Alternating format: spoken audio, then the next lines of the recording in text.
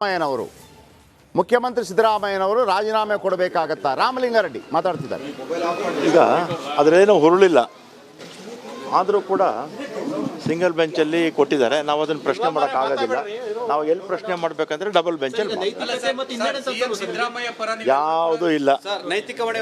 ಅನುಮತಿ 17 ಸೆಕ್ಷನ್ ಪ್ರಕಾರ ಅನುಮತಿ ಕೊಟ್ಟಿದ್ದಾರೆ. ಈಗ ಅದರೇನೂ ಹುರುಳಿಲ್ಲ, ಆದರೂ ಕೂಡ ಸಿಂಗಲ್ ಬೆಂಚಲ್ಲಿ ಕೊಟ್ಟಿದ್ದಾರೆ. ನಾವು ಅದನ್ನು ಪ್ರಶ್ನೆ ಮಾಡೋಕ್ಕಾಗೋದಿಲ್ಲ. ನಾವು ಎಲ್ಲಿ ಪ್ರಶ್ನೆ ಮಾಡಬೇಕಂದ್ರೆ ಡಬಲ್ ಬೆಂಚಲ್ಲಿ. ಯಾವುದೂ ಇಲ್ಲ. ನೈತಿಕ ಹೊಣೆ ಹೊತ್ತು ಮುಖ್ಯಮಂತ್ರಿಗಳು ರಾಜೀನಾಮೆ ಕೊಡೋ ಅವಶ್ಯಕತೆ ಇಲ್ಲ. ರಾಜೀನಾಮೆ ಕೊಡಿ, ನಮ್ಗೆ ಅವಕಾಶ ಕೊಡಿ ಅಂತ ಇಲ್ಲ, ಅವರೇ ಇರಬೇಕು. ಎಲ್ಲ ಶಾಸಕರು ಅವ್ರ ಜೊತೆಲಿದ್ದೀವಿ, ಎಲ್ಲ ಸಚಿವರು ಅವ್ರ ಜೊತೆಲಿದ್ದೀವಿ. ನಮ್ಮ ಇಡೀ ಕಾಂಗ್ರೆಸ್, ಕರ್ನಾಟಕ ಕಾಂಗ್ರೆಸ್ ಅವ್ರ ಜೊತೆ.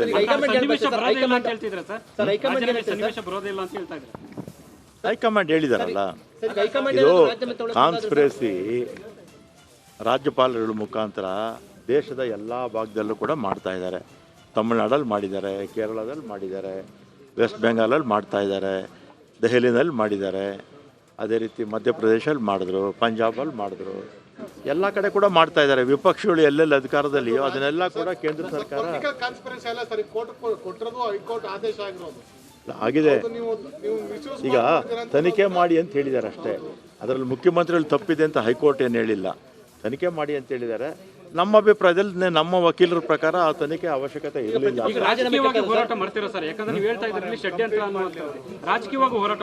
ಮಾಡ್ತೀವಿ, ಮಾಡಲೇಬೇಕಲ್ಲ. ವಿಪಕ್ಷಗಳು ರಾಜೀನಾಮೆ ಕೊಡಿ ಅಂತ ಹೇಳ್ತಾರೆ. ವಿಪಕ್ಷದವರು ಫಸ್ಟ್ ಅವರೆಲ್ಲ ಮಾಡಿದ್ರಲ್ಲ ಹಿಂದೆ ತಪ್ಪುಗಳು.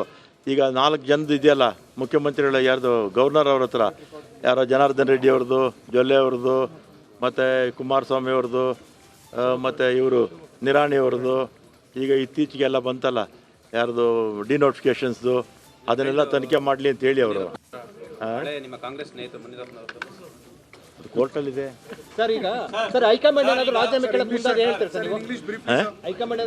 ಹೈಕಮಾಂಡ್ ರಾಜೀನಾಮೆ ಯಾಕೆ ಕೇಳ್ತಾರೆ? ಕೇಳೋದಿಲ್ಲ, ಖಂಡಿತ ಕೇಳೋದಿಲ್ಲ. ಹೈಕಮಾಂಡು ನಮ್ಮ ಇಡೀ ಮಂತ್ರಿಮಂಡಲ, ಇಡೀ ಶಾಸಕಾಂಗ, ಇಡೀ ಕರ್ನಾಟಕ ಕಾಂಗ್ರೆಸ್ಸು ಸಿದ್ದರಾಮಯ್ಯವ್ರ ಜೊತೆ ಇದೆ. ಸರ್, ಈಗ ಕಾಂಗ್ರೆಸ್ ಹೇಳಿ ಕೇಳಿ ಹೈಕಮಾಂಡ್ ಪಕ್ಷ ಸಾಕಷ್ಟು ತೀರ್ಮಾನಗಳನ್ನು ತೆಗೆದುಕೊಂಡಿದೆ. ಈಗ ಹೇಳದಂತೆ ಸ್ಟಿಕರ್ ಆಗಿರೋದೇ ಇಲ್ಲ. ಆದ್ರೆ ಕಾಂಗ್ರೆಸ್ನ ಹೈಕಮಾಂಡ್ ಮುಂದಿನ ದಿನಗಳಲ್ಲಿ ಆಪ್ಷನ್ 2 ಅನ್ನೋದನ್ನ ಏನಾದರೂ ಇಟ್ಕೊಂಡಿದೆಯಾ, ಅಥವಾ ಆಪ್ಷನ್ 2 ಇಲ್ವೇ ಇಲ್ವಾ? ಈಗ ಮುಖ್ಯಮಂತ್ರಿಗಳದ್ದು ಏನೂ ತಪ್ಪಿಲ್ಲ ಅಂತ ನಾವು ಹೈಕಮಾಂಡ್ಗೂ ಗೊತ್ತು. ಆದರೆ ಕೆಲವು ಸಂದರ್ಭದಲ್ಲಿ ಈ ರೀತಿ ಮಧ್ಯದಲ್ಲಿ ಕೆಲವು ತೊಂದರೆಗಳು ಬಂದಿದೆ. ಅದರಿಂದ ಅದನ್ನು ಮುಂದೆ ಕಾನೂನು ಹೋರಾಟ ನಾವು ಮಾಡ್ತೀವಿ. ಈಗ ನಮ್ಮ ಪಕ್ಷ ಹೈಕಮಾಂಡು ಮೊದಲಿಂದಲೂ ಇತ್ತು. BJPನಲ್ಲಿ ಹೈಕಮಾಂಡು ಅಂದರೆ ಅವ್ರು ಯಾರೂ ಇಲ್ವಲ್ಲ, ಎಲ್ಲ ಗಡಗಡಗಡ ಅನ್ನೋದು. ಓಕೆ, ಕಾಂಗ್ರೆಸ್ನಲ್ಲಿ ಕುರ್ಚಿ ಕಾಳಗ ಶುರುವಾಗಿದೆ.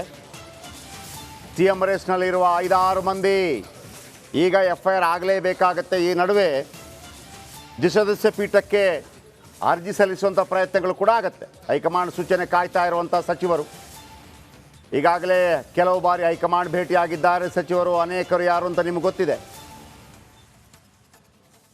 ನಾಳೆ CM ಮೇಲ್ಮನವಿ ಸಲ್ಲಿಸ್ತಾರೆ. ಅಂದರೆ ಏಕಸದಸ್ಯ ಪೀಠ ಏನಿತ್ತು, ಒಬ್ಬರೇ ಜಡ್ಜ್ ಇದ್ರು, ನಾಳೆ ದ್ವಿಸದಸ್ಯ ಪೀಠಕ್ಕೆ ಅಪೀಲ್ ಮಾಡ್ತಾರೆ.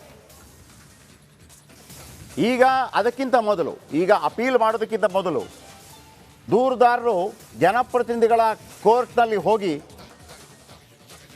ಈ ಕೇಸನ್ನು ದಾಖಲಿಸ್ತಾರೆ, ಮೊಕದ್ದಮೆ ದಾಖಲಿಸ್ತಾರೆ.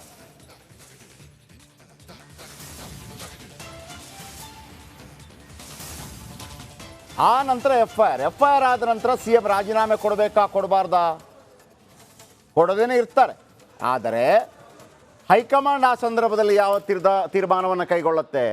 ನಾನು ಸುನಿಲ್ ಕುಮಾರ್ ವಕೀಲರ ಹತ್ರ ಕೇಳ್ತಾ ಇದ್ದೆ. ಆಗ ಅವರು ಹೇಳಿದರು, ಅಂದರೆ ಅರವಿಂದ್ ಕೇಜ್ರಿವಾಲ್ ವಿಚಾರಕ್ಕೆ ಬಂದಾಗ ಅರವಿಂದ್ ಕೇಜ್ರಿವಾಲೇ ಹೈಕಮಾಂಡ್.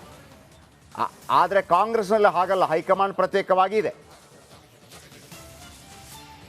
ಸ್ಮಿತಾ ಇದರ ಬಗ್ಗೆ ಇನ್ನಷ್ಟು ಹೆಚ್ಚಿನ ಬೆಳಕು ಚೆಲ್ತಾರೆ, ನಿರಂತರವಾಗಿ ಇದರ ಬಗ್ಗೆ ಹೇಳ್ತಾನೆ ಇದ್ರು. ಸ್ಮಿತಾ, ಇವತ್ತು ಬೆಳಿಗ್ಗೆ ಕೂಡ ನಾವು ಮಾತಾಡಿದ್ವಿ.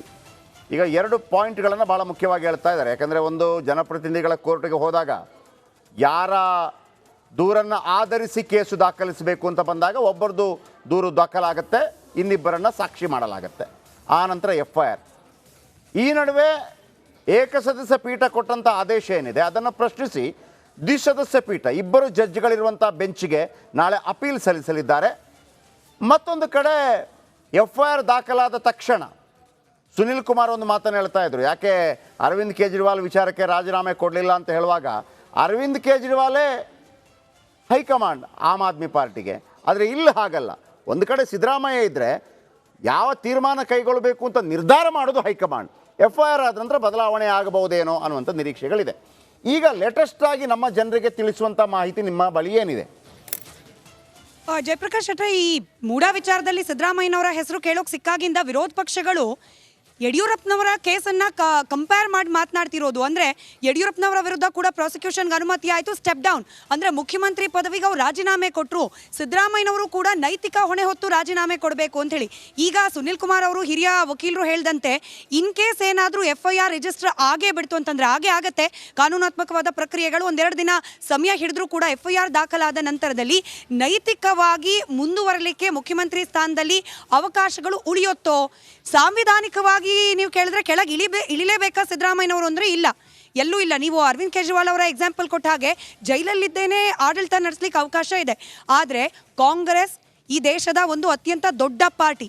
ಹಾಗೆ ಮಾರಲ್ ಗ್ರೌಂಡ್ಸ್ನಲ್ಲಿ ಯೋಚನೆ ಮಾಡುತ್ತಾ ಹೈಕಮಾಂಡ್ ಸಿದ್ದರಾಮಯ್ಯನವರನ್ನು ಕೆಳಗೆ ಇಳಿಸಬೇಕು ಅನ್ನೋ ನಿರ್ಧಾರಕ್ಕೆ ಬರುತ್ತಾ? ಅದೊಂದು ದೊಡ್ಡ ಪ್ರಶ್ನೆ ಇದೆ. ಕೆಳಗೆ ಇಳಿಸ್ಲಿಕ್ಕೆ ಆಪ್ಷನ್ಗಳಿದೆಯಾ ಹೈಕಮಾಂಡ್ ಕೈಯಲ್ಲಿ? ಸಿದ್ದರಾಮಯ್ಯನಂತಹ ಮಾಸ್ ಲೀಡರ್ನ ಮುಖ್ಯಮಂತ್ರಿ ಪದವಿಯಿಂದ ಕೆಳಗಿಳಿಸೋದು ಅಷ್ಟು ಸುಲಭದ ಟಾಸ್ಕ್ ಅಲ್ಲ. BJPಯಲ್ಲಿ ಆದ ಬೆಳವಣಿಗೆಗಳನ್ನು ಕಾಂಗ್ರೆಸ್ನವರು ಕೂಡ ಸೂಕ್ಷ್ಮವಾಗಿ ಗಮನಿಸಿದ್ದಾರೆ. ಯಡಿಯೂರಪ್ಪನವರನ್ನು ಬೇರೆ ಸಂದರ್ಭದಲ್ಲಿ ಕೆಳಗಿಳಿಸಿದಾಗ ಚುನಾವಣೆಯಲ್ಲಿ ಯಾವ ರೀತಿಯಾದ ಪರಿಣಾಮ ಬಂತು, ಹಾಗೆ ಪಕ್ಷದ ಒಳಗೆ ಯಾವ ರೀತಿಯಾದ ಪರಿಣಾಮ ಬೀರ್ತು, ನಾಯಕತ್ವ ಅನ್ನೋ ಆ ಒಂದು ಸ್ಥಾನಮಾನದಲ್ಲಿ ಎಂಥದ್ದೊಂದು ದೊಡ್ಡ ಘಾಸಿ ಉಂಟಾಯಿತು, ಇದೆಲ್ಲವನ್ನ ಗಮನಿಸಿರುವ ಕಾಂಗ್ರೆಸ್ನ ಹೈಕಮಾಂಡ್ ಈ ಸಿದ್ದರಾಮಯ್ಯನವರ ಪ್ರಕರಣದಲ್ಲಿ ಅಂಥದ್ದೊಂದು ರಿಸ್ಕ್ ತೆಗೆದುಕೊಳ್ಳಿಕ್ಕೆ ಮುಂದಾಗುತ್ತಾ?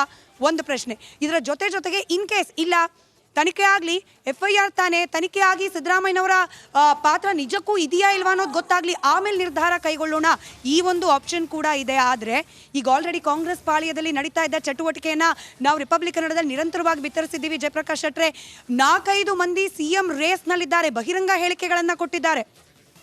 Delhi to Bengaluru, Bengaluru to Delhi continuous trip ಮಾಡಿದ್ದಾರೆ, ಹೈಕಮಾಂಡ್ ನಾಯಕರನ್ನ ಭೇಟಿಯಾಗಿ ಬಂದಿದ್ದಾರೆ. ಇವರೆಲ್ಲ ಸುಮ್ಮನೆ ಕೂರ್ತಾರಾ?